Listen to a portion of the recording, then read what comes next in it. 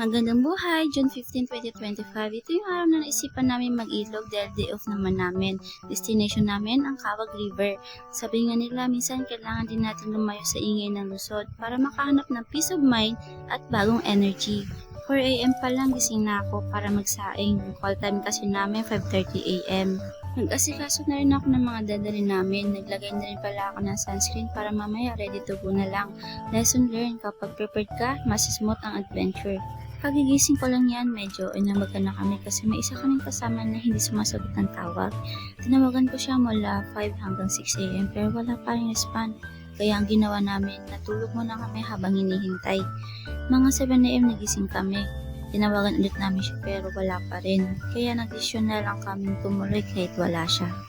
7:46 AM nakalabas na kami ng bahay. Malayo sa call time pero pinagdasal ko pa rin na sana tumawag siya kasi gusto ko talaga makapagbanding kami. Nasa palengke na kami, bumili ng paper plates, cups at utensils tapos nag-iisip kami kung ano pang mga bibili namin. Kung bibili pa ba kami ng prutas, sabi ko wag na lang. Kaya pumunta kami sa bilihan ng ulam. Pagkatapos mamili, bumili pa kami ng soft drinks at lumpiang Shanghai. Pagkatapos na, naglakad kami papunta sa bilihan ng siomai para dagdag pagkain na rin. Habang hinihintay namin ng siomai, may biglang tumawag sa akin si Midel. 8 AM na no, nagsorry siya kasi hindi tumunog ang alarm, kaya hindi siya nagising. Buti na lahat nasa palengke pa kami. Kaya sabi ko, minsan late ka man, ang mahalaga dumating ka pa rin. Kaya kung gusto mo sumama sa adventure, dapat handa ka rin gumising ng maaga. Around 9 AM nakarating kami sa Kawag. Buti na lang may nabili pa kaming ice. Medyo mahaba pang lalakarin papunta sa mismong ilog. Pero pag-apak mo pa lang ng paa mo, gusto mo na lang lumusog ka agad. Entrance fee, 10 pesos per head lang. Tapos may tour guide na kayong kasama. Si ate yung maghahatid sa pinakailog. Sobrang bait nga ni ate sa amin. Buti na lang may dalang payong si Midel. Ang init din kasi. Habang naglalakad, hindi mawawala ang kwentuhan talaga. Dumating na pala kami sa ilog, sobrang ganda at makikita mo wala pang katao-tao kundi kami pa lang. Binigyan kami ni ate ng malaking cottage. At dahil unang customer kami at kakabukas lang daw kasi nila dahil nasa kadahilanan nagkaroon ng bagyo at maraming nasirang mga cottage at hindi pa ligtas siguan ang ilog noon. Ang cottage talaga is 600 pesos pero binigay na lang ni ate sa amin ng 300 pesos tapos pwede pa kayong mag-request kay ate kung ano oras kayo magpapabili ng tubig or ice, dadalhan nila kayo. May mga pagkakataon talagang susurpresahin ka ng kabutihan ng ibang tao kaya matuto rin tayo magpasalamat sa maliit na bagay. Sobrang ganda talaga ng tanawin, parang nawala lahat ng problema at stress pagkakita mo pa lang ng view. Nag-start na kami lumabog sa tubig para kumuha ng pictures at video habang wala pang mga tao para mamaya ligo na lang. Sobrang na-enjoy namin ang nature. Ang sarap sa feeling na hawak mo yung freedom mo.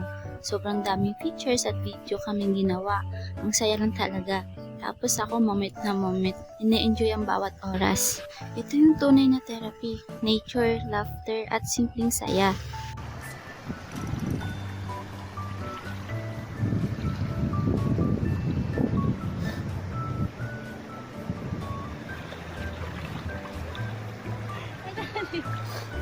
Onen?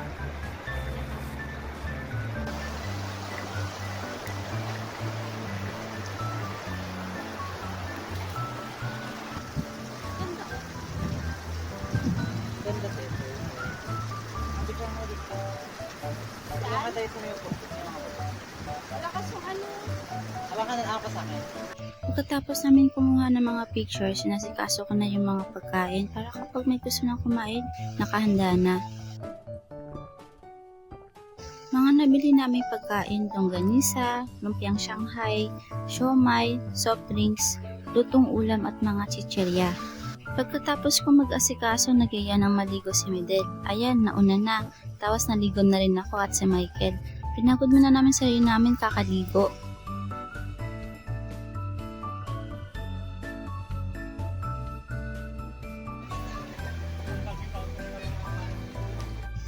Dahil nga napagod na kami at nagugutom na rin, nagpasya na kami kumain. Tapos ayaw pang paawat ng isa. Ang sarap lang kumain at nakakagana kasi habang kumakain, may halong kwentuhan, tawanan. Pagkatapos namin kumain, nagpahinga lang kami kasi mamaya may gagawin na naman. Siyempre, hindi mawawala ang aura moments, may before and after video. Lakad, hawak kamay scenes, emote-emote by the water, lahat ginawa na namin. Minsan tatawa ka na lang, pero ito ang masarap. Huwag kang mahihiya magpakasaya. Ang buhay hindi paulit-ulit. Kaya sulitin mo ang moment. Life is short, kaya sulitin mo ang bawat sandali kasama ang mga taong nagpapasaya sa'yo. Kahit pagod, worth it. Ang bawat tawa at kulitan, memories ang dadalhin mo habang buhay. Tapos sa kanila. Sa kaya ka? Ganun. Tawagin mo nga. Tingin naman kayo sa Kailangan kamera. kita. Babalik. Kailangan mo nito pa. Let's go. Ang bilis niyo naman.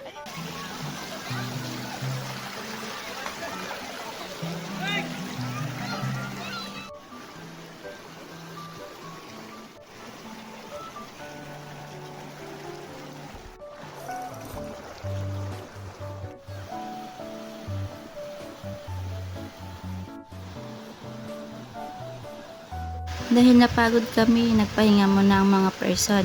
Si Medel natulog muna, tapos si Michael ng cellphone. Tapos ako nagmuni-muni lang. Nakapag-recharge na ang mga person. Nagaya si Medel na puntahan daw namin doon sa pinakadulo. Sabi ko sa kanya, bawal puntahan doon kasi nga hindi pa nalilinisan dahil sa bagyo. Sabi naman niya, hindi naman tayo maliligo, dito na lang naman natin. Ayun, nakumbinsi din.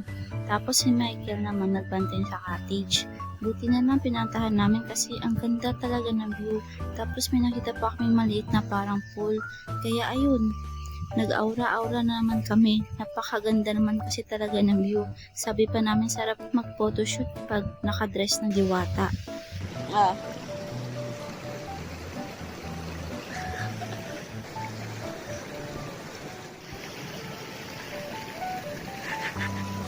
Gano'n tayo. Maglarampa daw muna siya ulit sabay post daw. Ayan, hindi na naawat. Dito ko naisip, ang ganda ng mundo.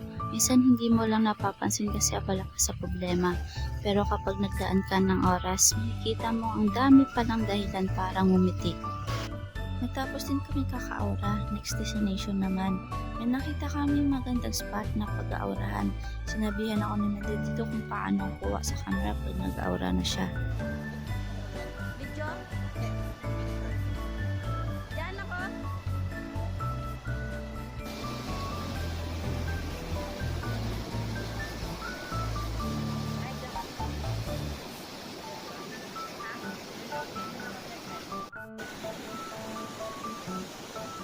Sabi niya sa akin, ako naman daw, lakad daw muna ako tapos upo.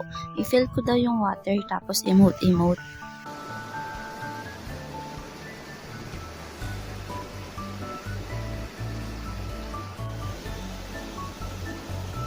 Yan na naman yung pamatay yung next mo.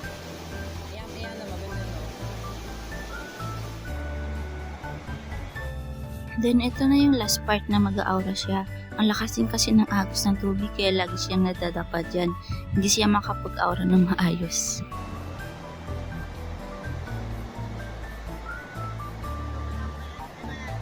Ha?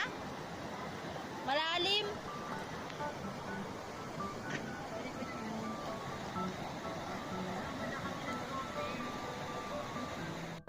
Bumalik na rin kami sa cottage kasi anong oras na rin. May work pa kasi si Medel ng 4 p.m. 1:43 na pala nag-asikaso na kami nito.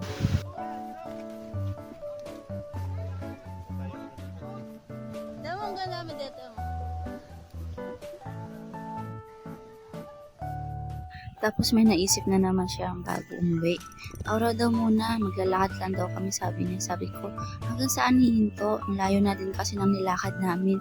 Sabi niya, sige lang, lakad lang. Tapos may nakikita mo dyan na tatakbo siya pabalik para kunin ang phone. Tapos sa aura pa yan sa video.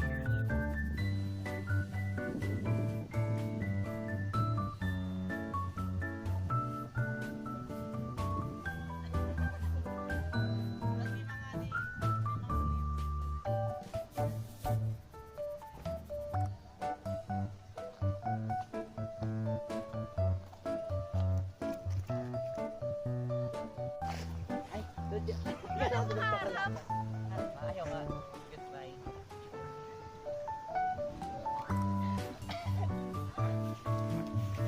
Ay,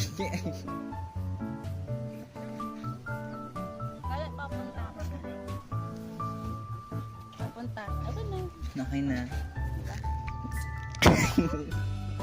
Natapos na rin kami, naglalakad na kami pabalik kasi sabi sa amin ni Kuya, mga 1:30 or 2 kami sunduin. Kaya nagmandali na kami dyan, baka nandun na si Kuya nag-aantay sa amin. Si Kuya kasi nagsabi sa amin na babalikan niya kami. Mahirap makasakay talaga sa kawag. Wala tayo dyan.